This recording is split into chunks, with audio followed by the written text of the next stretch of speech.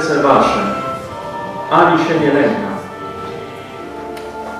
Słowa naszego Pana i Zbawiciela wybrzmiewają dzisiaj w całym Kościele powszechnym, a w sposób szczególny wybrzmiały tutaj, w tej zamojskiej wspólnocie parafialnej, która jest świadkiem składanej po raz pierwszy ofiary ciała i krwi Jezusa Chrystusa przez kapłana, który z tej wspólnoty, z tej ziemi wychodzi. Niech się nie trwoży serce wasze, ani się nie lęka.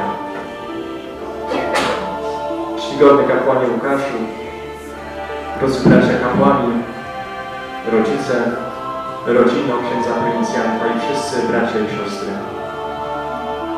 Trzeba przyznać, że nie ma piękniejszego momentu dla wspólnoty parafialnej, dla rodziny, dla całego Kościoła Świętego, jak dzień sprawowania mszy świętej prymicyjnej. I to jeszcze przez kapłana, który przez wiele lat w tej wspólnocie posługiwał w różnych wymiarach. Jest to niewątpliwie święto wiary, święto rodziny i święto całej wspólnoty parafialnej. Jednakże wypowiedziane przez Chrystusa w wieczerniku słowa niech się nie trwoży serce wasze, ani się nie lęka, są słowami, które przygotowują i apostołów, i nas, uczniów Chrystusa, na to wszystko, co ma nastąpić dopiero później. Wiemy przecież, że zanim przyszła radość nocy paschalnej i poranka zmartwychwstania, była wcześniej ciemność obrójca i trud Golgoty. A Chrystus mówi, powiedziałem wam to wszystko o tym, zanim to nastąpi, abyście uwierzyli, kiedy się to stanie. Chcę zatem w tym prymicyjnym kazaniu posłużyć się pełnym nadziei wezwaniem Chrystusa. Niech się nie trwoży serce wasze, ani się nie lęka.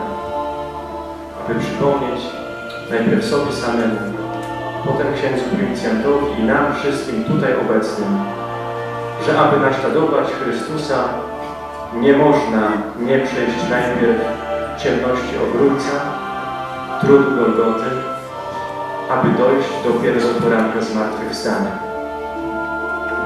Ta droga, jak się okazuje, jest drogą i kapłana, jest drogą każdego z nas, jest także drogą całej wspólnoty Kościoła, jest drogą próby dla wszystkich, którzy nią podążają. I pozwólcie, że takie też będzie to kazanie. Na początku trudne i ciemne, jak obrójec i Golgota. Później nieco jaśniejsze, przepełnione nadzieją spotkanie ze zmartwychwstałym. A jak się zakończy? Tego jeszcze nie wiem. Księże Łukaszu, proszę wybaczyć, ale jak powiedział klasyk, na kazaniu o księdzu przyjdzie pora, kiedy będziemy mówić o jubileuszu 25-lecia bądź 50 lat święceń kapłańskich. Dzisiaj wydaje się sprawą konieczną odnieść się nawet w tak doniosłym dniu do rzeczywistości wspólnoty Kościoła żyjącego w świecie i wiary, która nas wszystkich dotyka.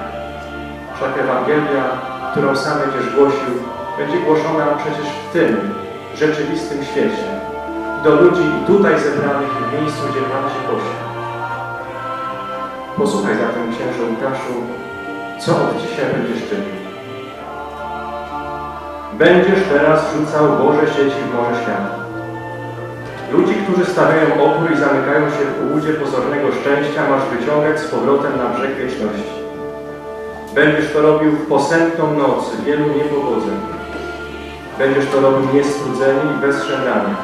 Również w gorzkich godzinach dnia, w których wszystko wyda Ci się niepotrzebne, a dzieło Twojego życia zmarnowane. Wiesz, czyje to słowa? To fragment kazania z 1957 roku, które wygłosił u swojego młodszego kolegi, wtedy ksiądz Józef Ratzinger. Ale to nie jest przeszłość, to jest teraźniejszość. To jest Twoje tutaj i Twoje dziś. Stałeś się rybakiem ludzi, wypływasz w morze świata, aby zarzucać boskie sieci z niestrudzoną odwagą w czasach, które wydają się mieć wszelki interes w tym, żeby żyć tak, jakby Boga nie było. Ale także i w czasach, w których, jak to powiedział papież Paweł VI w 1972 roku, w czasach, w których spod szatana wdarł się jakąś szczeliną do wnętrza Kościoła Bożego. Tym swodem szatana, jak mówił papież, jest zwątpienie, niepewność, zakwestionowanie wiary, niepokój, niezadowolenie, roztrząsanie i brak zaufania do wspólnoty Kościoła. To w takim Kościele i do takiego Kościoła, księże Łukaszu, zostałeś posłany, ale jednocześnie do Kościoła świętego świętością Boga, o wiele większego aniżeli grzech. Bo w tym Kościele, świętym Kościele powszechnym, będzie zarzucał Boże sieci, ale także i je płukał, aby oczyścić je z tego wszystkiego, co jest brudne. A jeśli tak będziesz czynił, jesteś nadzieją dla tego Kościoła. Wiemy przecież doskonale, że rana zadana Kościołowi przez grzech, i to przez grzech ten najbardziej okrutny, który dotyczy pasterza Kościoła, naszych braci w kapłaństwie, którzy okazali się być niestety wilkami pośród owiec, rozpraszając stado od środka i rozpraszając w ten sposób, aby owce znalazły się jak najdalej swojego najwyższego pasterza. To wszystko jest dla Ciebie i dla nas przestrogą, ale też i rzeczywistością, w której przyszło Ci głosić Ewangelię, dobrą nowinę. Strzeż się zatem, żeby Cię nie zwiedziono, mówi Chrystus. Bądź roztropnym, jak roztropne są węże, i nieskazitelnym, jak nieskazitelne są gołębie, a wystarczy Ci łaski Pana. Księże Łukaszu, czy nie przeraża Cię ta zarysowana przed chwilą rzeczywistość, w której przyszło Ci głosić dobrą nowinę? Czy jest to ta sama rzeczywistość, jaką Ty przed 6 laty zastałeś, kiedy decydowałeś się wstąpić do Wyższego Seminarium Duchownego, aby Panu powierzyć swoją drogę? Owszem, to, co może nas dzisiaj przerażać w tej rzeczywistości, to brud na szacie i obliczu Kościoła. Kościoła, w którym człowiek ciągle na nowo upada, a szatan śmieje się szyderczo z nadzieją, że nie zdoła podnieść się więcej z tego upadku. Powiedział te słowa Józef Ratzinger w 2005 roku. Pamiętaj jednak, że moc w słabości się doskonali. Cóż zatem powinien uczynić dzisiaj kapłan, sługa Chrystusa i współpracownik prawdy Bożej w tej zastanej rzeczywistości, pytamy. I zapytał o to również niedawno w opublikowanym, zaskakującym eseju Ojciec Święty Senior Benedykt XVI. Zapytał, może powinniśmy stworzyć jakiś drugi, nowy Kościół, aby wszystko zaczęło działać od nowa i wszystko zacząć od początku. I może takie by było Twoje zadanie, księże Łukaszu, neopresbiterze, na te trudne czasy, aby w Twoje ręce powierzyć zadanie budowy nowego Kościoła. Odpowiedział w tym samym eseju Ojciec Święty Senior. Już podjęto kiedyś taki eksperyment i już zakończył się on niepowodzeniem. Cóż zatem czynić? Pytamy. Cóż zatem czynić? Ty pytasz.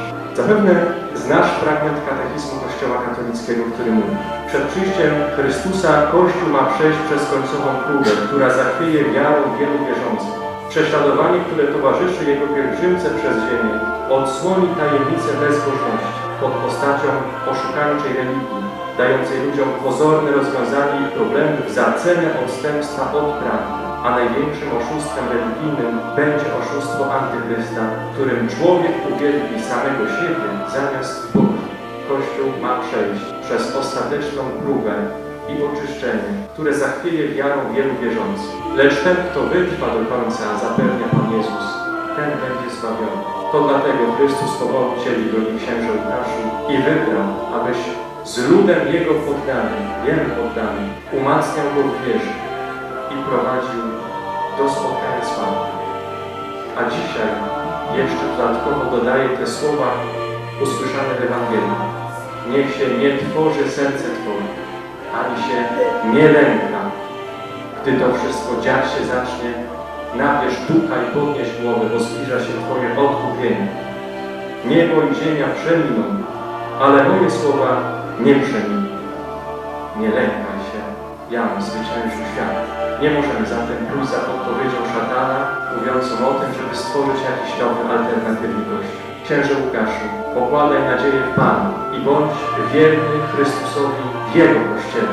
Ufaj w Jego słowo. W liście do młodego pasterza ludu Bożego Tymoteusza święty Paweł mówił: w czasach ostatnich niektórzy odpadną od wiary. Stanie się to przez takich, którzy obłudnie kłamią, mając własne sumienie napiętnowane. Przedkładając to braciom, będziesz dobrym sługą Chrystusa Jezusa, karmionym słowami wiary i dobrej nauki, za którą poszedłeś.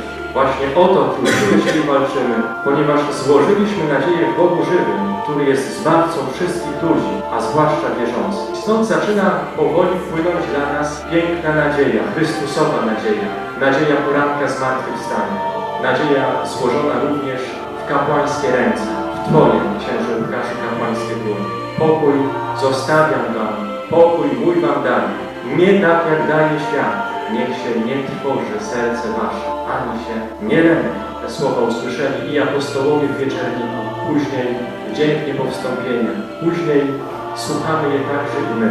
Są to słowa, które są nadzieją pośród wszelkiej ciemności, słowa, które towarzyszyć będą także Twojemu kapłańskiemu życiu.